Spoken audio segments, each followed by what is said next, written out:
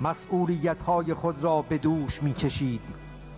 فروتنی در رفتار، صلابت در تصمیم، شجاعت در میدان و صداقت در گفتار ویژگی‌هایی بود که شخصیت او را برای بسیاری از همراهان و دوستدارانش متمایز می‌ساخت. در روزگار دشوار تکیه‌گاهی مطمئن بود و در روزهای امید مردم را به وحدت، همدلی و پایداری فرا می‌خواند.